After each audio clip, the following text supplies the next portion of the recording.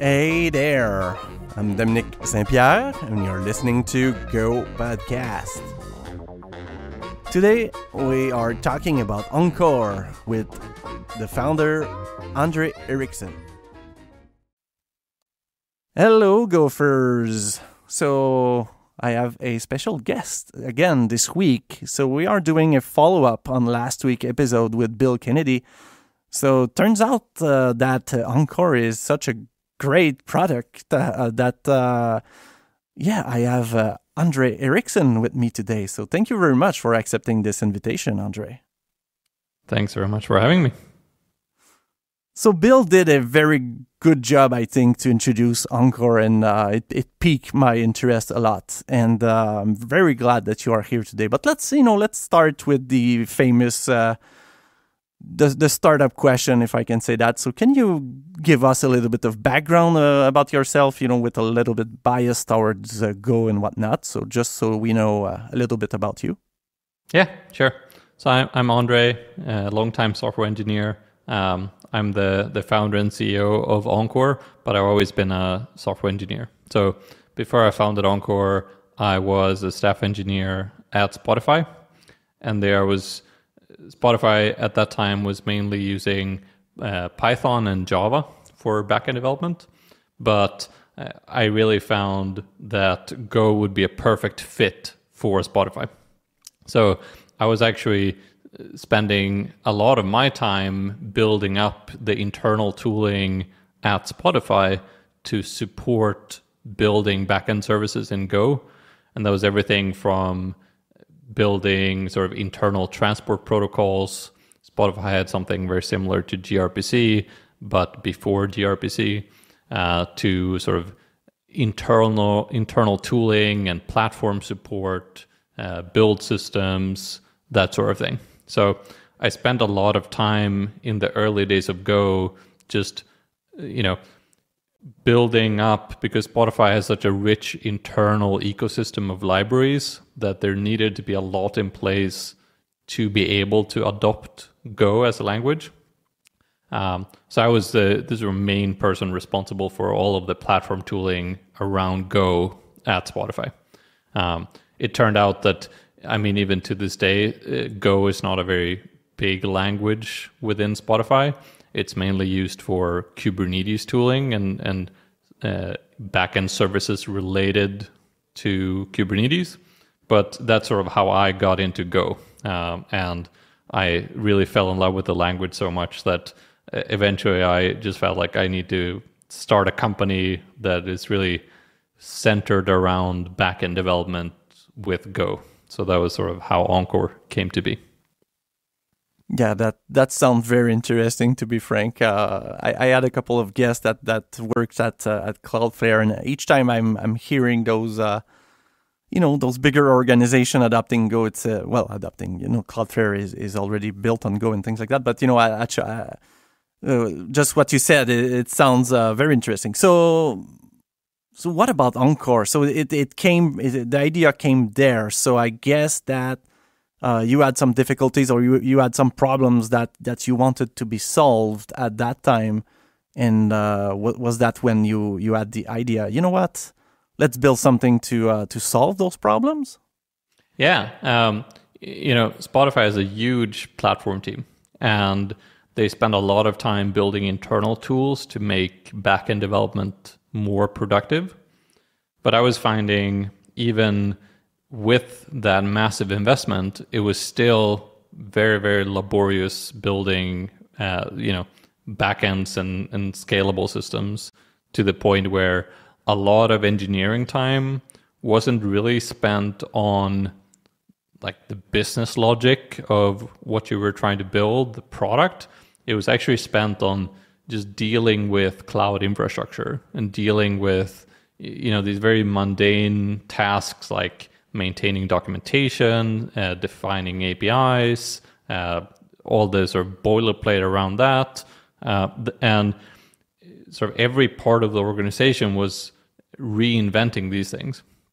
And then when you start to look outside of Spotify, it turns out that this was a problem that not only Spotify has, but every company in the world is sort of going through exactly the same journey of, okay, we feel the pain around sort of DevOps and platform engineering and internal tooling. So we're going to set up a platform team, and then we're going to work on Kubernetes automation, and just everyone is sort of doing the same things. And it turns out that that's both sort of a waste of time, that every company is just repeating what every other company is doing.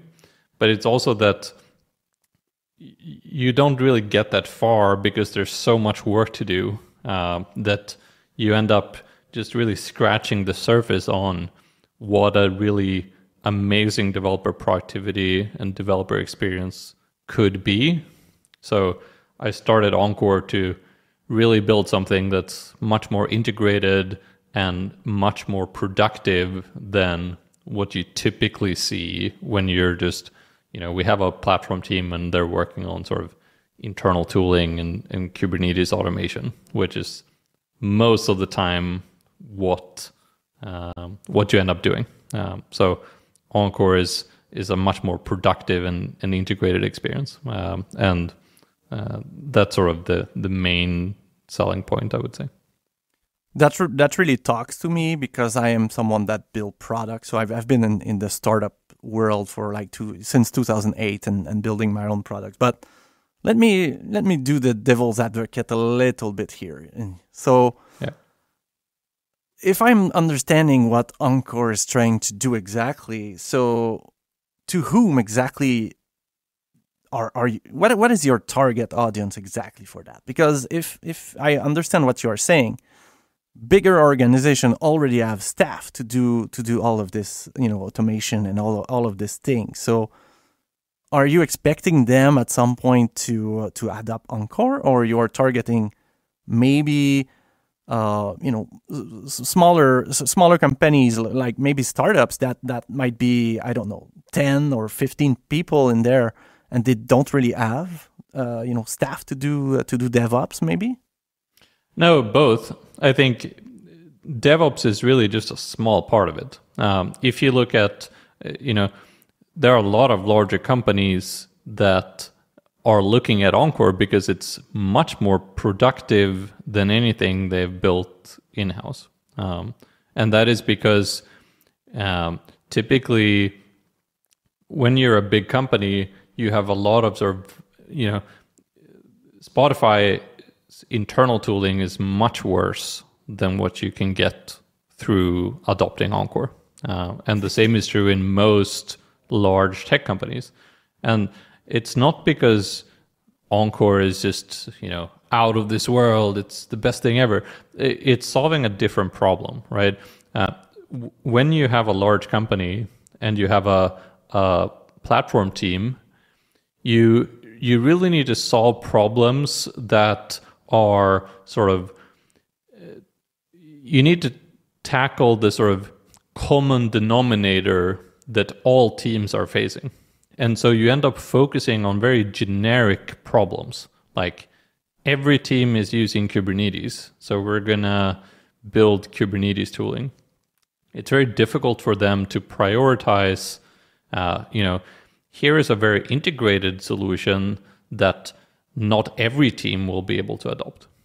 So what Encore is doing is we're saying, this is not for every product in the world.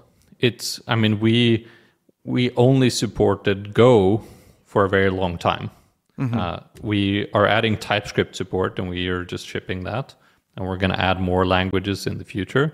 But it's very, it's a fairly opinionated set of languages, and it has an SDK that you use and so on. And so it's by being that integrated, it combines the SDK that you use as a developer when you're writing code.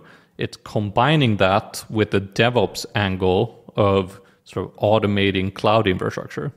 And that means that level of integration is not something that DevOps teams have the capacity to build, because it's so integrated and so specific that typically what we see in larger companies is they have their hands full on much more generic problems.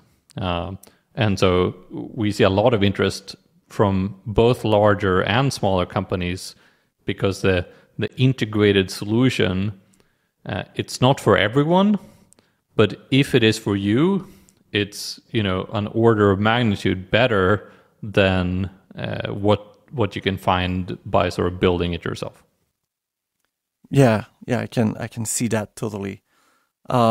So I did not have much time to look at it, but so far what I'm seeing and what I truly find interesting, maybe I will say that like that, is that the flow of the system that is built automatically, the documentation as well, that is built automatically when you start using the SDK, like you are saying. So is it the part of the static analysis that is done by the tool exactly to generate that? What kind of static analysis is done, and why it's done on the source code? Yeah. So for those who don't know how Encore works, exactly like you say, Encore provides an SDK that you use when you're writing code, and that SDK has sort of built-in like ways of defining, like, here's a database, here's a pub sub topic, here's a secret, here's a cache, here's some configuration, here's a backend service, here's an API endpoint, and so on. And it provides all of these tools as sort of, they're the building blocks of modern backend development, right? Those are the things that you use to build a backend. And because Encore provides these things, there's like a standardized way of expressing them. If you want to define an API with Encore, there's a standardized way where you define it. And that way it's very simple if you're a Go developer. It's just a normal Go function in a package. And then you add an annotation, which is how you tell Encore that this particular function is an API endpoint. If you want to define a database, you import a package from Encore's Go SDK, and then you just define an object in your package, and that object represents your database. That's sort of how it works. And because of the standardization of like, here's the way you define a database, what Encore does is it can then parse the source code. It's not running the source code, it's just parsing it. And it's pulling out all of these concepts from your source code. And it's building up a graph of your system. And it's building up this understanding of how everything fits together. So if you're a backend developer and I'm interviewing you or I'm asking you questions and I say, hey, can you explain how your backend works? What most engineers would do is they would go to the whiteboard and they would draw boxes and arrows saying, I have this service over here, and then I have that database over here. And when you call this API, it writes some data to this database, and then it calls this other API and it does some more stuff. That's sort of how we as engineers think about systems, right? And Encore, by just parsing your source code, it understands all of the same information because it's so standardized. And that's a really unique capability that, it's not something we've seen in developer tools. This knowledge of how a system fits together, it's something that until Encore has really only lived in people's heads. And so Encore is taking that and it's it's making it possible for tools to understand that. And like you say, once you have tools that can understand all of this information, then you can start to build really powerful tooling around that information. Things like rendering API documentation, rendering architecture diagrams, automatically provisioning infrastructure, and so on. So those are sort of the two parts to Encore. Is you have this SDK that provides a standardized way of defining backend concepts. And then once you have that, then you have the ability to understand how everything works. And then you can just build really powerful automation on top of that. And that's the second half of Encore, if you will. Yeah, that is very interesting. Am I wrong in saying that this part, the static analysis, is written in Rust actually? For Go, it's all written in Go. All of the parsing and the static analysis for Go is all in Go. All the code generation for Go is written in Go. For Encore for Go, it's basically 100% Go. We've just launched a Encore for TypeScript, and there most of it is actually written in Rust, and that's because there's really, really good tooling for parsing TypeScript in Rust, and so we've also built a runtime for that, which is also written in Rust. But for Go, it's pretty much 100% written in Go. Nice, interesting. Yeah, that's great. So let me put the shoes of a developer that would start to give a shot at Encore. So let's talk a little bit about the database, because I think it's still something that intrigued me a little bit. So by providing a package yourself, so what kind of added feature that we are getting as a developer instead of using the typical database SQL package? So Encore isn't really trying to innovate on that side.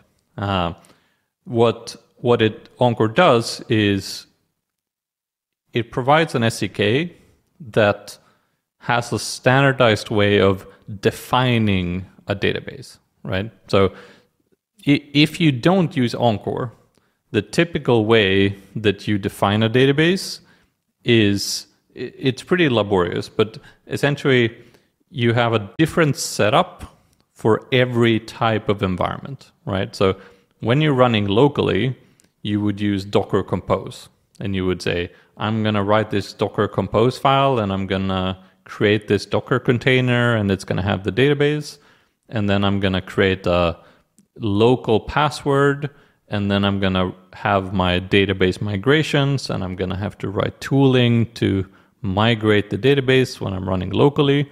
And then I need to go into my code base, and then I need to receive the connection string, and then I need to create a connection pool, and I need to connect to the database, and then I need to, and then for my testing environment, if I'm building a backend and I'm deploying it somewhere, then I need to create a different database, and it needs to run somewhere else, maybe in your cloud provider, and then you need a different different password for that, and then you need to have a build system and a deployment system to set that up. And then for your production environment, it's going to be different again. And maybe you use Terraform to set that up. And then you need a deployment process to migrate. And then you need a different connection string. And the list goes on and on and on, right? And we haven't even gotten to the point where we actually use the database. Yeah. We're just talking about the tooling to be able to have a database. So all of this stuff that I described, that's what Encore is replacing. So the difference is that with Encore, you import the Encore SDK, and in your program, you just say, you define a variable in your program, in your sort of service package, and you just say var my database equals, and then you import the Encore SDK, and you say Encore.new database, basically. And then you pass in, the name of the database and some configuration, like here are my migration files. And then Encore takes care of all of this stuff that I talked about. It takes care of setting it up on my local computer. It sets it up for unit testing and integration testing when I'm running tests. It automatically migrates the database. It handles connection strings and connection pooling and database credentials. It handles setting up sort of different admin users from read-only users. It handles setting up a preview environment for every pull request, and then it handles setting it up for production environments and testing environments. So it's really automating that complexity. And then this object that you get back, so you asked about the database SQL package in the Go standard library. The object that you get from Encore, you can actually get the standard library database object from that. And if you want, you can also get the PGX connection pool, which is the database driver that Encore uses under the hood. So it's not trying to replace the sort of standard integrations in Go. It's just trying to automate the complexity around using infrastructure and setting up all of that infrastructure, if that makes sense. Got it. Yeah.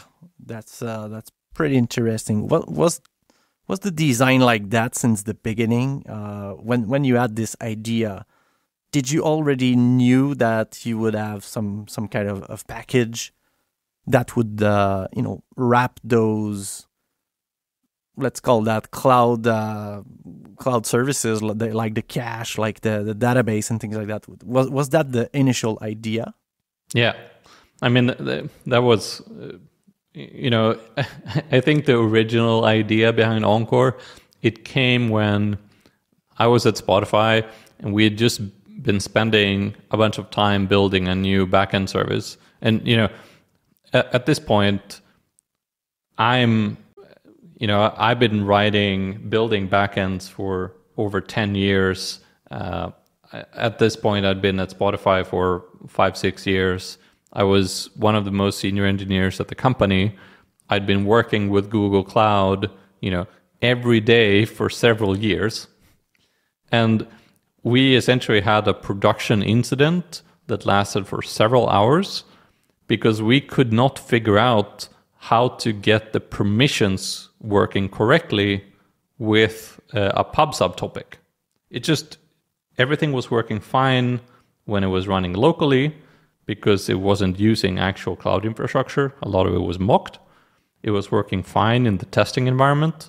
And then for production, it was just saying, permission denied. And the cloud is so incredibly complicated, and setting up this, there are so many moving parts that it led to a production outage. But it was also just something that it was a massive time sink, and it was a whole team of people who are extremely experienced. And it's so incredibly frustrating that that's sort of the best we can do as an industry, is that we don't have anything that's sort of more optimized in terms of workflow than spending days or even weeks, dealing with something as mundane as making sure you have permission to use something. It's pretty remarkable. And so Encore, from the start, it was really the way I realized that this static analysis angle is so important is because when Encore, achieves this level of understanding that we talked about, where we have this graph, and that includes things like which services are publishing messages to which pub subtopics.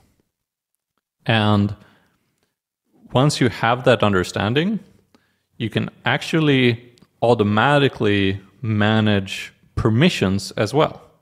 So Encore will automatically, when it's setting up cloud infrastructure, it will automatically optimize and lock things down as much as you possibly can in terms of the permissions that every service should have, to the point where you can say, this service has access to publishing to this topic because, and then Encore can point you at the specific lines of code where this topic is being used by that service, and it was approved in a pull request by this person, and it was then provisioned by Encore in this deploy, and the proposed changes were approved by this person. So you get this really, really, auditable workflow, and the source of truth is the source code itself. But it's all automated, right? So you never have to spend any time, and you never have any production outages because you didn't get the permissions right, and you didn't catch that before production, right? So it's really sort of security and productivity at the same time, which I think is fairly unique when it comes to this. It's enabled by this unique understanding that you get from the static analysis.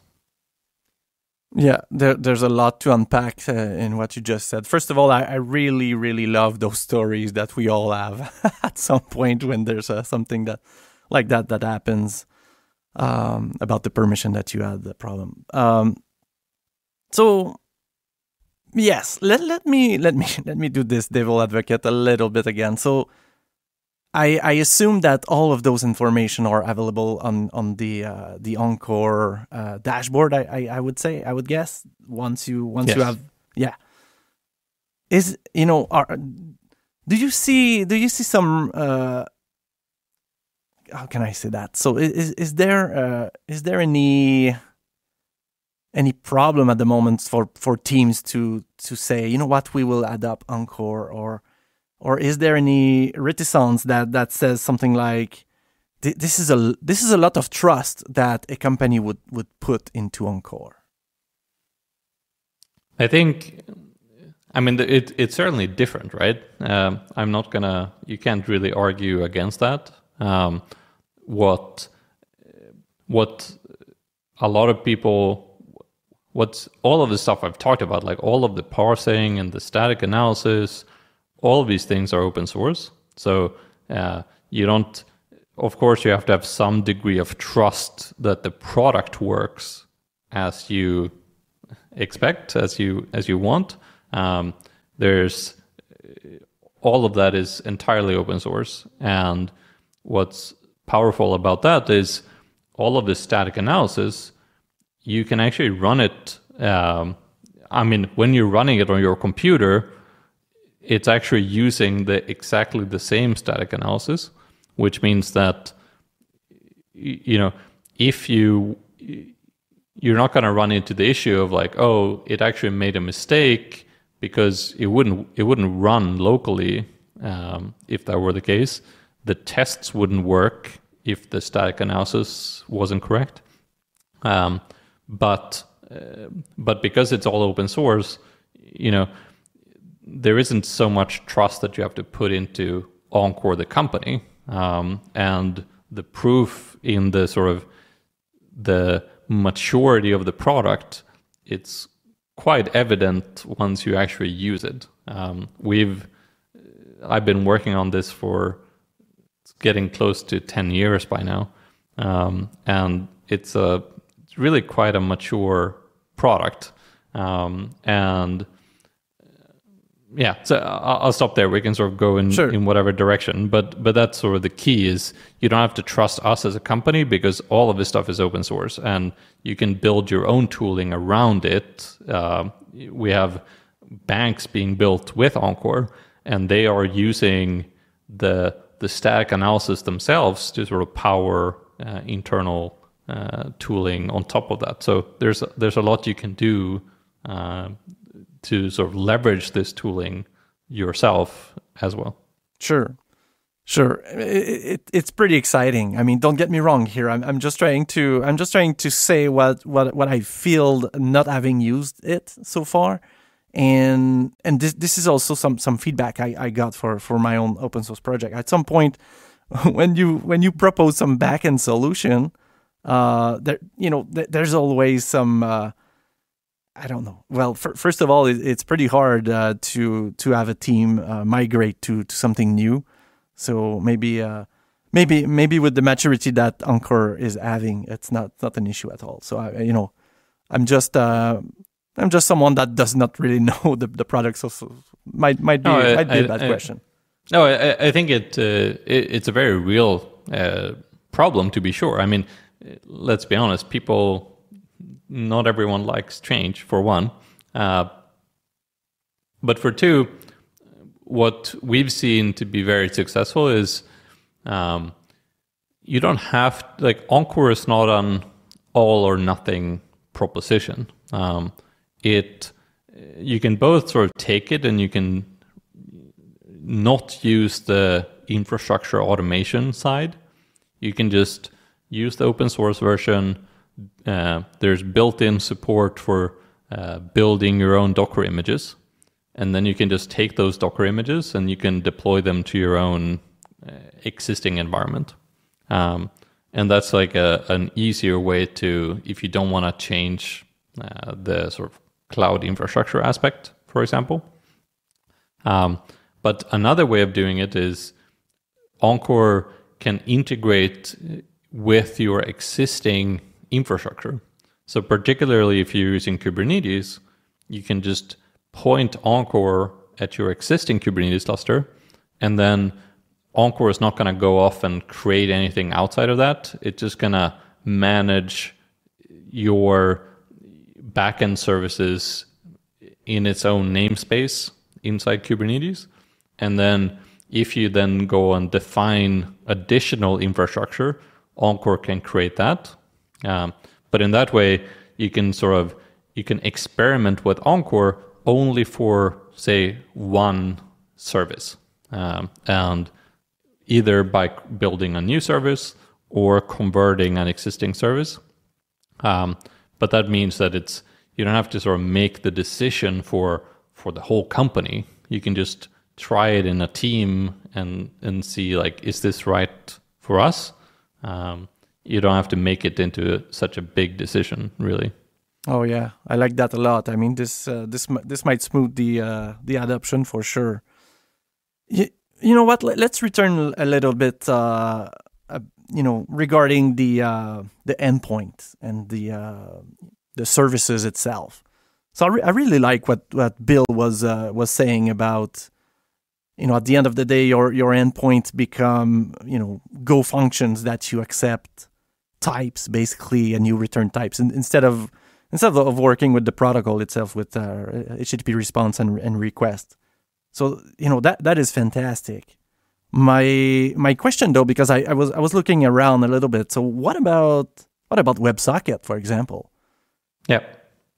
So Encore, basically, the way we think about it is, so we call this the type safe API endpoints, and those are the endpoints that you define as normal Go functions that accept types and return types. And what's so powerful about that is, well, you don't have to deal with the boilerplate of parsing the incoming request or serializing the response. But also when you're making API calls between services, you also get type safety in the API calls. So you never have to worry about like, am I passing in the data correctly and so on. But you're absolutely right. This level of abstraction is not always the right one. So we think of it as sort of escape hatches, and we make sure that for all of this functionality, there should be, and there are escape hatches where you can sort of drop down to a lower level of abstraction. So in the context of API endpoints, you have the ability to define what's called a raw endpoint. And what happens then is it's just a normal Go net HTTP handler. And then you do get access to the HTTP request. And that's what you use when you want to do things like WebSockets. We're going to add support in the future for having like type safe streaming requests and responses, so that you don't have to use WebSockets if the thing you want to do is really just like a streaming data back and forth. But raw endpoints work great today, and there are a bunch of other use cases where you might want them, whether it's things like accepting webhooks. Oftentimes then you need to have more control over the request body, because you need to parse it in a certain way and do some validation and some verifying signatures and that sort of thing. So you always have that escape hatch if you want to do something where Encore's abstraction doesn't really make sense. So the type safe handler, is it required to have some JavaScript in there? Can it be configured to accept, I don't know, XML, for example, or it's only JSON? The type safe handlers, currently it's only JSON. Probably we will extend it to other sort of encodings in the future. XML these days seems like a niche use case, and I think we're fine with, if you want to do something that's very niche, we don't need the type safe endpoints to support that, because you always have the raw endpoints that you can drop down to. So we would probably say you can use the raw endpoint for that. But something like protobuf, we want to support with a type safe endpoint, and then we can either support it as like HTTP and JSON or gRPC. Mm-hmm. But I think in a lot of ways, I think what Encore is advocating for is more the philosophy of like, it's more productive to think in terms of data structures and in terms of semantics. Like when you define an API, you should really be thinking of like, what promises am I making to the caller? What are the sort of things that the caller must do before calling this, the sort of preconditions? And what are the outcomes that's going to happen, the post conditions? And like, what is the shape of the data that's being passed around? And those are things that it doesn't really matter, like a well-designed API from that perspective, it's irrelevant whether you're sending that over HTTP1, HTTP2, HTTP3, gRPC, over like carrier pigeon. It doesn't matter, and it shouldn't matter. There are a very limited set of cases where the performance might matter. And you can argue like gRPC is more performant than HTTP and JSON. So, well, sure. But that's a different criteria than like, okay, most people seem to care more about the transport protocol from the perspective of that's how you think about APIs. Whereas Encore is advocating for it's much more useful to define and reason about APIs in terms of the data structures. Right. Yeah. This is I have to admit that it seems sexy. Bill was trying to explain to me on last week about authentication, and at the time I think I understood what he meant. I'm not sure I do these days. So let's continue with this example. Let's say we have a service and we have a type safe endpoint that I don't know, just accept one type, whatever what it is, but the user needs to be authenticated. What is it part of the precondition that you were mentioning? Yeah. So Encore has essentially for every API, you can say, there are 3 access levels. You can say this is a public API that you can call without authentication. This is a public API that you have to authenticate to call. And the third is this is a private API endpoint, and that's just for sort of internal service-to-service communication. And if you define an API endpoint that requires authentication, then Encore will ensure that this function will never be called without valid authentication data. And what we mean by valid authentication data is you have to define inside of your system, you have to define an authentication handler, which is also just a normal function. And that handler will be called before your API endpoint.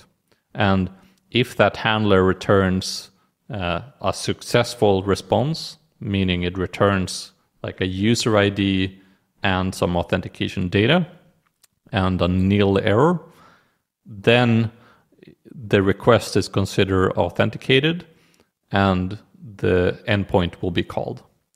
And then Encore will actually keep track of the fact that this authentication data exists. So if that API endpoint goes off and calls another endpoint, Encore will automatically pass along the authentication information between APIs so that the other endpoint can also know that, okay, this user is the one that the request originally was from. And so that is automatically propagated by Encore between services.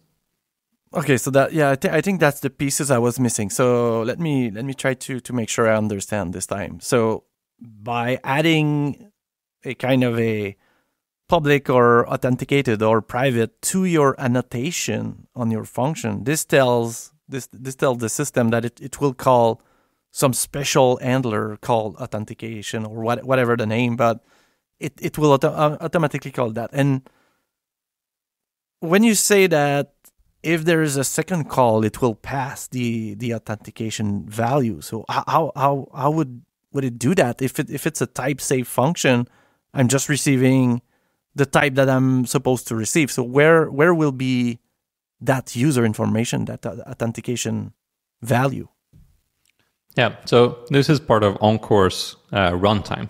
So Encore does a lot of things to keep track of the requests that are being processed. So when a function gets called, Encore does a lot of work behind the scenes before that, obviously. Things like it has an HTTP server, it's parsing the incoming request, it's doing validation, it's checking if it's authenticated by calling the authentication handler, and so on.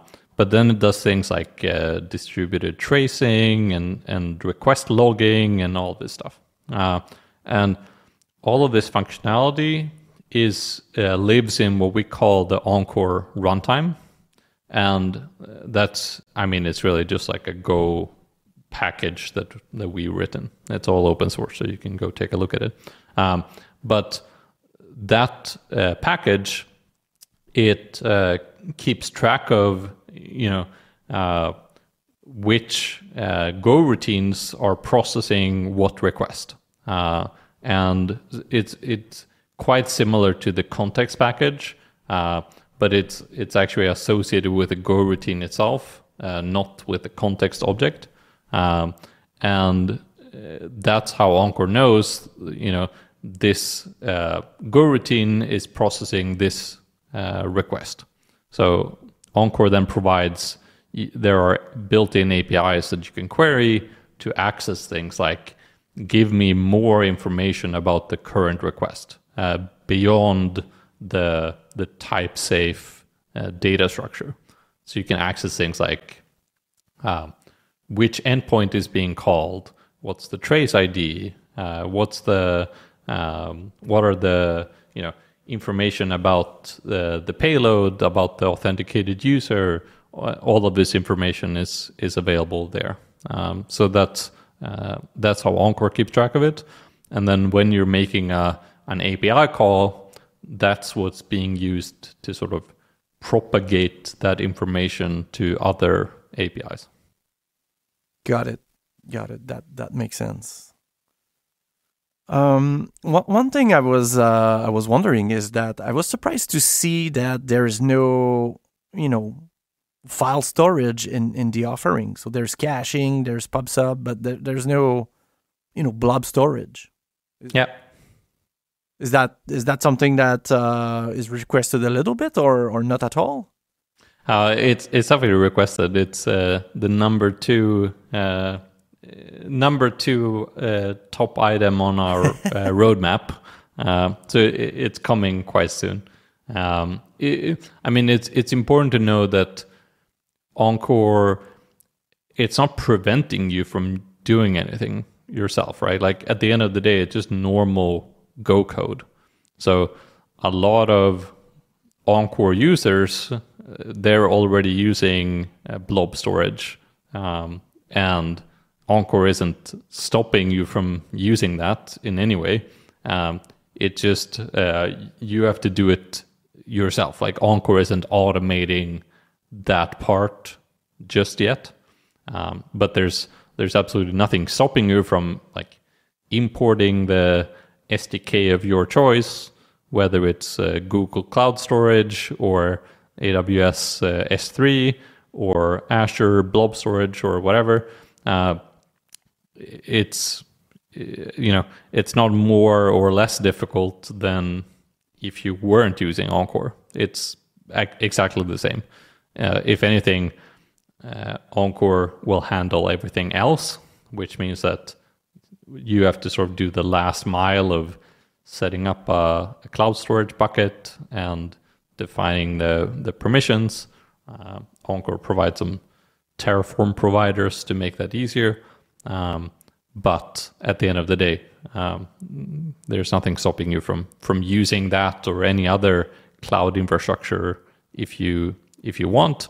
But I completely agree with you. That's probably one of the more common things that we haven't added support for just yet, but it's coming. Yeah. I fully understand that you can do that. It's just that the promise of Encore is so great. At least to me so far. I really need to try it and whatnot. But I can see myself wanting to use abstraction maybe for the first time in a long time, I would say. So that's just the point. I mean, at some point, being cloud agnostic is kind of very, very interesting. Yeah, I mean, Encore definitely tries to paper over or like make sure that it makes it really easy to move between clouds, for example. It's not, I don't, well, my personal stance is it's very difficult to be completely cloud agnostic. So Encore isn't really trying to be cloud agnostic. Because the difficulty is if you try to be completely cloud agnostic, what happens is you have to sort of settle for the common ground between cloud providers. And oftentimes you might choose a specific cloud provider because it offers something that the other ones don't have. And so it's actually quite important to me and to Encore that Encore doesn't prevent you from using the parts of the cloud that are unique to that cloud. And so in the case of PubSub, for example, there are quite a lot of differences between PubSub behavior between the different clouds.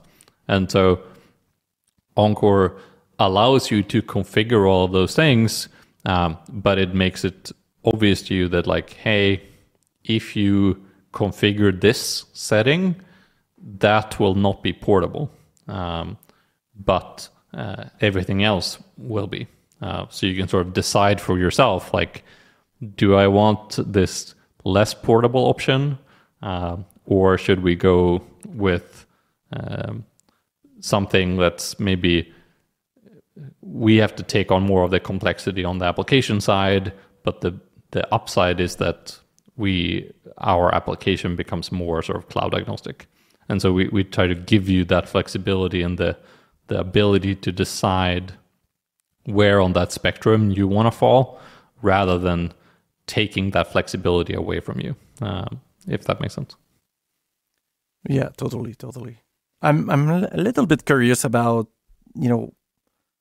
what happens with those HTTP handlers that we are defining under our services. How are they deployed to the cloud? Are they, are you using like Cloud Function under the hood, or it's really, I don't know, what happened? Because if we return to my question, it's very nice to have access to a raw option to enable WebSocket, but if I don't really know how the handlers is going to be deployed, I don't even know if the connection is even possible to stay alive.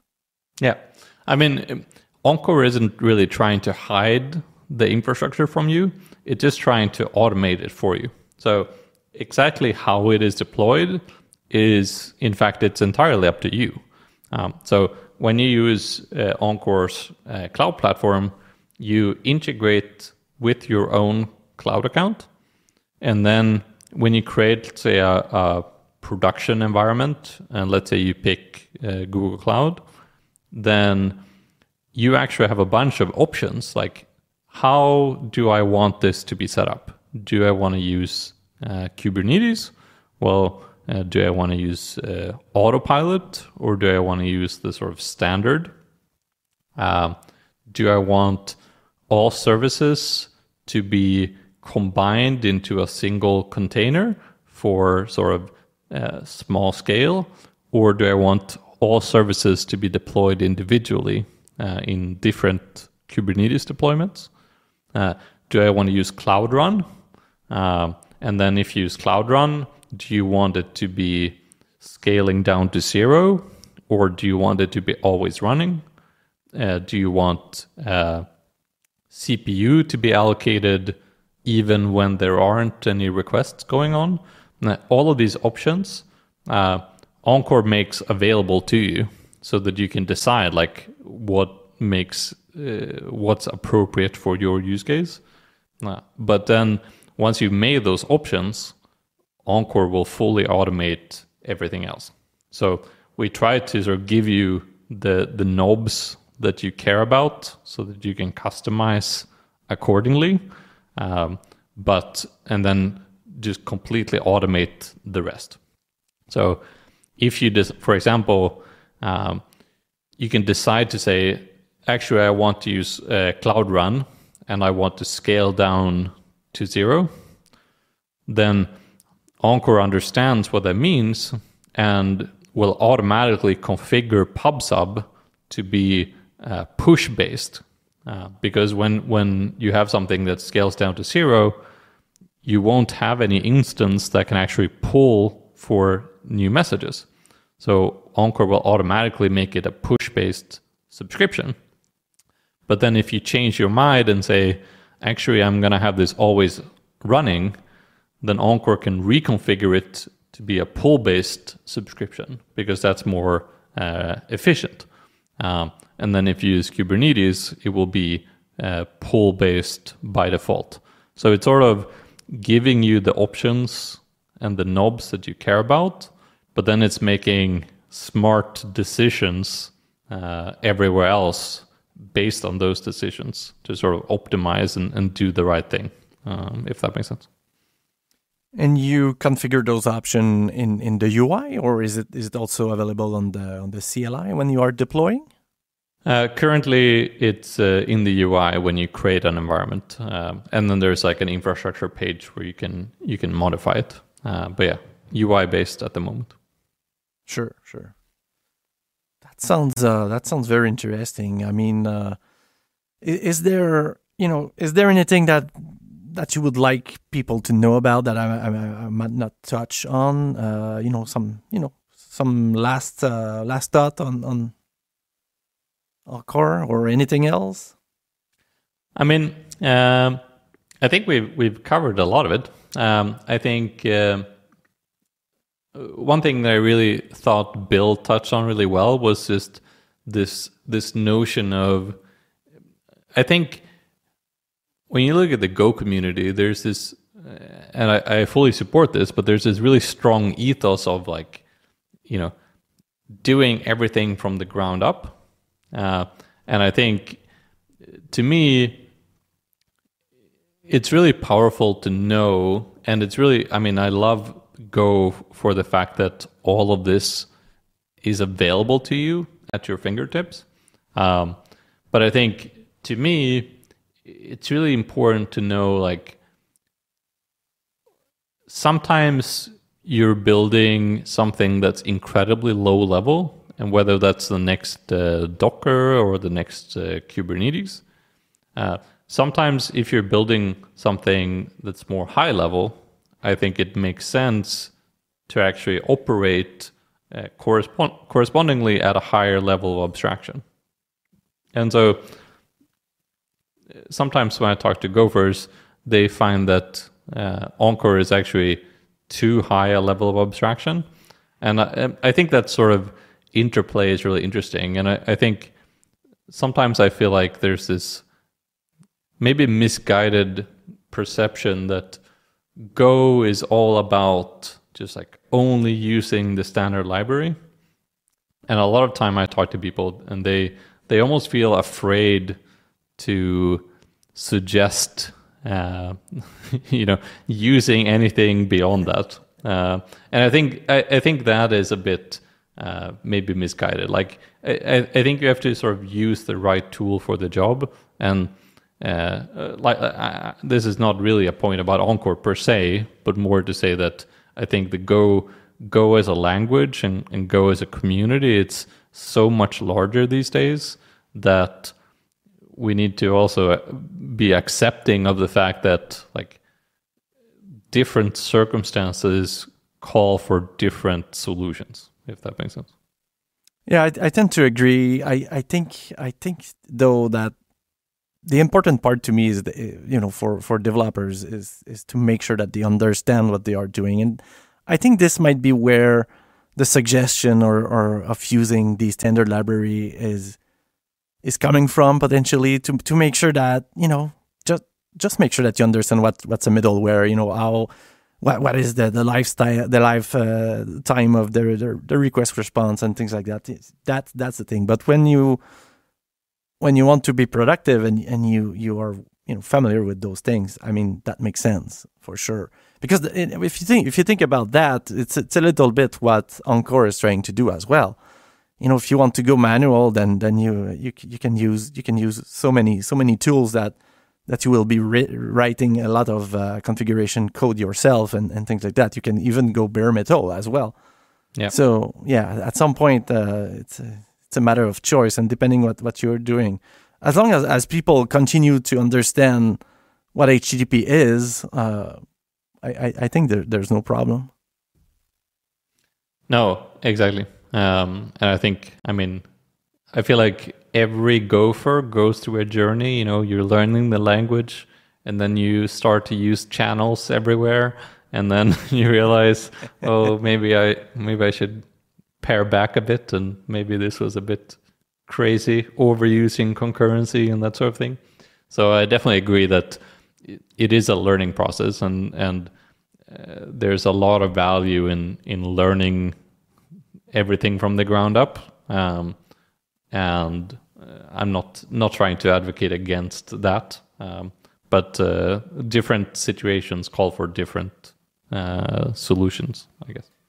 Yeah, because if I'm honest, what I'm really, really liking about Encore so far, to me as well at this moment, is that I can see myself finally building maybe an event-driven system without having to mess too much around with the cloud infrastructure and whatnot. Which I think, if I'm completely honest, I think we went a little bit too far.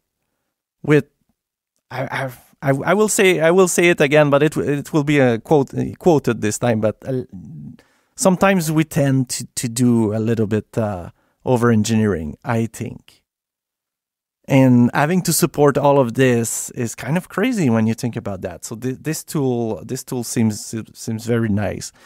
I just can't believe how much complexity you are having to handle, because I think you are also letting people go manually configure things on their cloud infrastructure themselves and things like that, and the tool itself, or at least the deployment part, will accept that and just merge the changes and things like that. I mean, this sounds so complicated. Yeah, no, that's correct. You can definitely do that.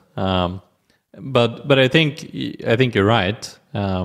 It's definitely the case that you can sort of over-engineer pretty much anything, and I think Encore, it's definitely not sort of advocating for massive infrastructure sprawl, right? Like, I think it makes sense to keep things simple, but I think with the cloud, this example I gave earlier with just setting up a database alone, it's so much work, right? Especially if you want to do it in a way that's secure and locked down, and you want to have different passwords for different environments and different users for different sort of like we want to have a read-only user for business analysts to be able to query some insights about stuff that's happening, and then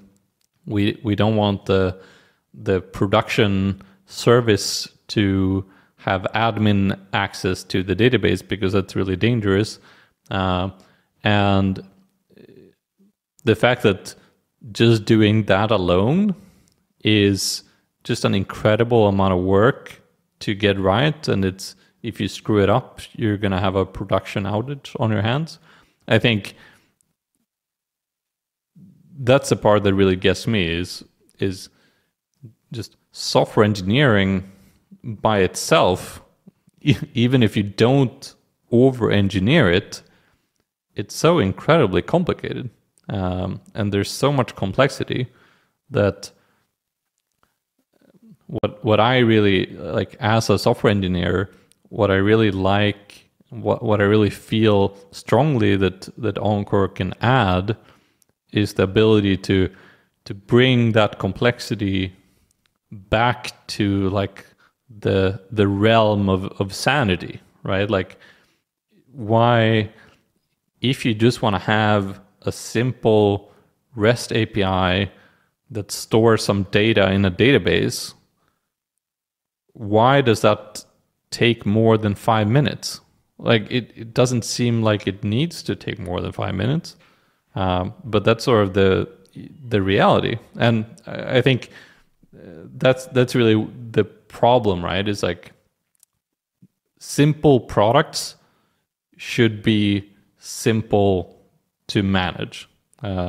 And as your product grows in complexity, so too should the tooling. But the reality of the cloud is it just from the first minute, it's just insane complexity. And that's where I see Encore is bringing that complexity back into like reasonable levels where the complexity scales with your product, not with the overall complexity of the cloud. Yeah, totally. I mean, this only this is major. This is exactly this is crazy when you think about that, because now you can finally start small.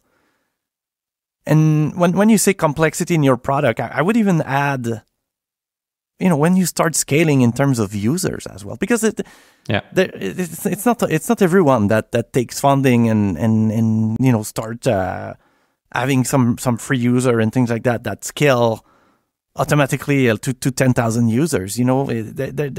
I'm coming from a bootstrap world where, we like to keep things calm and we like to grow slowly. But that also means that the infrastructure that you are deciding at first will not scale at some point. And this is what I really, really like about Encore, is that it seems to be capable to grow with me. So if I finally build something that people will want, I know that Encore would be there for me. So that is a great offering.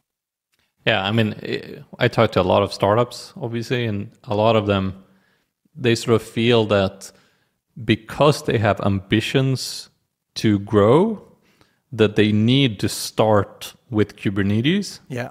Because otherwise, like, they would have to redo things later. And I think that's just asking for a lot of complexity for no reason. But I sort of understand it, because if you have to spend like several months like re-architecting things, you would rather just like start with Kubernetes, right? It sort of makes sense. But as you say, like, one of the benefits of Encore is you can actually just build your system and then deploy it using something that is really easy to manage when you're getting started. I mean, I really like Cloud Run for that use case. But then if it takes off, you can deploy it to Kubernetes with the click of a button. Like, you don't have to re-architect anything. And Encore can take exactly the same application and just set it up in a radically different way for a use case where you really want that scalability. And that, I think, is, as you pointed out, it's a real benefit, because it means you don't have to sort of overthink it from day one. You can just pick the infrastructure setup that works best for you today, and then Encore can change it for you in the future if you need to. I also think like computers and Go and they're so fast that I think you can go much longer on something like Cloud Run than you would ever expect. And so I always encourage people to just start there, start simple. Absolutely. And not only the infrastructure, but also you start writing your application like it's ready to scale. But even without to have to think about service to service communication and all of these things that at first are just, let's be honest, they are just distraction at first. You're trying to build a product, you're trying to solve a problem, You're trying to reach users. So that is also the second biggest reason for me that I kind of thinking I'm falling in love with Encore without having started to write a line of code yet, but I will. And I think I've I cannot take you that long again. But if you're fine with it, I would still like to do a second episode in a couple months. I don't know, 3-4 months when I launch something on Encore, and maybe I will have a new set of questions and whatnot. Just do a quick follow up if you absolutely cool. Let's do it. So again, we will have all the links in the show notes. So again, I really encourage you all to check it out. Like Bill said last week, I'm also a little bit like that. When I see something new, I'm like, I don't know, but I assure you, start to read the documentation, start to test it, and it seems to be very great. Thank you very much, André, for your time. I mean, this was great. Yeah, real pleasure to be here. Thank you so much. All right, see you next week. All right, that's it for this week. I would really appreciate if you can talk or share about this podcast. It's always helpful. Also, another way to support this show is by purchasing my course. There's always a link in the show notes. So on that, see you next week.